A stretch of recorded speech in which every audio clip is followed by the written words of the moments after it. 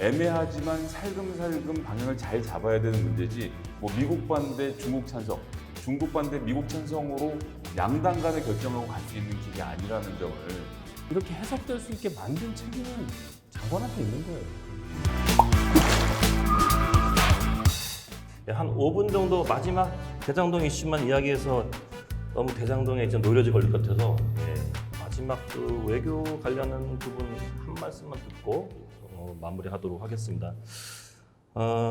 뭐 정의용 외교부 장관 일종의 뭐 친중 발언이라는데요. 그러니까 지난 22일입니다. 유엔 총회 기간에 그 외교안보 싱크탱크 미국 외교협회 초청을 요즘 유족 대담회에서 중국이 최근 어떤 국제사회에서 공세적인 모습을 보인다라는 어떤 진행자 어떤 지적에 대해서 경제적으로 더 강해지고 있기 때문에 당연하다. 2020년 전 중국이 아니다.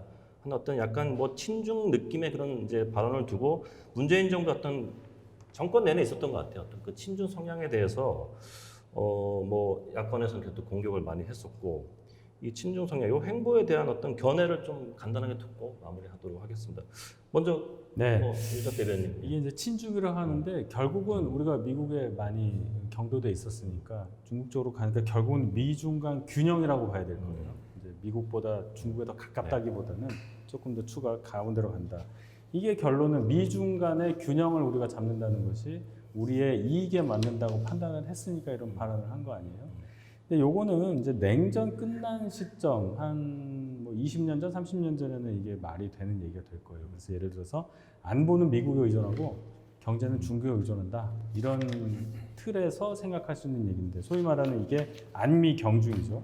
근데 지금 미중 갈등이 새롭게 시작되고 있고 막 격화되고 있잖아요.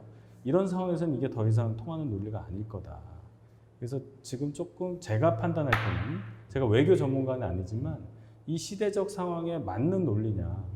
미국과 중국이랑 큰 나라들의 이게 끼인 나라인데 우리가 어쩔 수 없이 불행하지만 거기서 과연 이런 식으로 가는 것이 맞느냐에 대한 판단을 더 해야 된다고 생각합니다.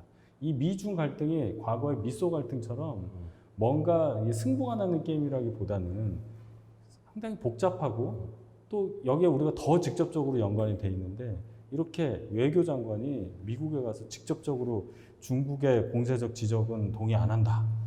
경제적으로 커졌기 때문에 뭐 그럴 수도 있다. 이런 식으로 소위 말해서 대놓고 중국을 실드치는 행동이 국익에 도움이 되느냐 이런 의문은 많이 남습니다. 네, 김성현 대변인. 전 뭐 전형적인 침소봉대라고 생각을 하는 게 이날 이 발언을 했는데 그 다음 날 무슨 얘기를 또 했냐면 오커스 이 호주하고 미국하고 인도 간의 핵잠수함 개발 이 네트워크를 만드는 일에 우리도 관심이 많다.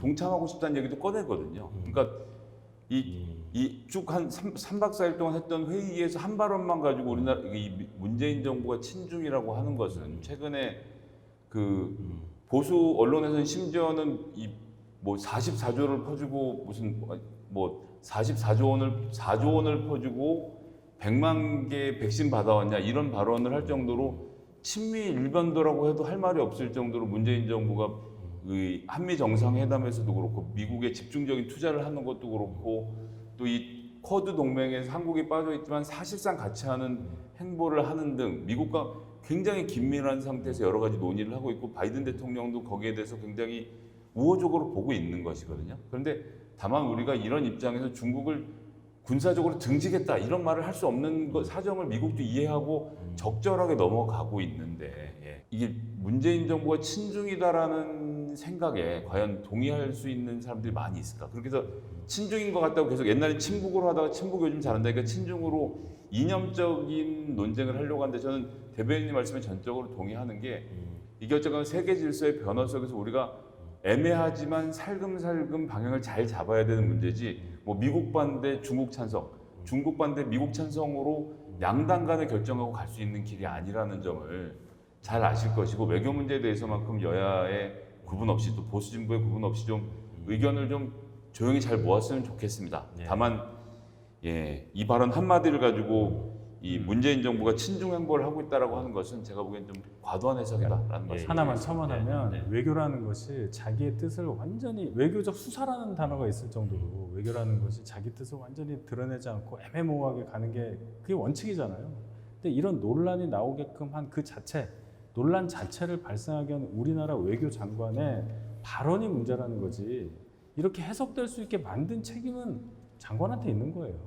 친중인이 뭐니라는 해석 자체가 가능하게끔 했다는 것 자체가 장관의 실수 아니겠습니까? 그 부분은 지적을 해야 된다고 생각합니다. 저희가 앞으로 사이다 정치적 이슈를 그 외교 안보 통일 쪽에 좀 더 할애를 많이 해주십시오. 너무 아쉽습니다. 네, 중요한 이슈들을 중요한 말씀들 많이 해주시고 계시는데, 네 사이다 정치쇼 저희가 그 답답한 기성 정치 문법에 지친 시청자들 뭔가 시원시원하게 풀어드리는 그런 방송인데 8월, 9월 참 그 더운 여름 날씨에 너무 뜨거운 이슈들이 많다 보니까 저희가 최대한 시원시원하게 풀어드릴 노력을 했습니다만 부족한 건 또 많이 있었을 것 같습니다. 이제 10월이 오면은 좀 시원한 어떤 정책 방송으로 여러분들의 또 마음을 좀 시원시원하게 좀 이렇게 보듬어드리는 그런 방송이 되기를 기대하면서 9월 방송을 여기서 마치도록 하겠습니다. 두 분 오늘 고생 많으셨습니다. 감사합니다. 감사합니다. 감사합니다.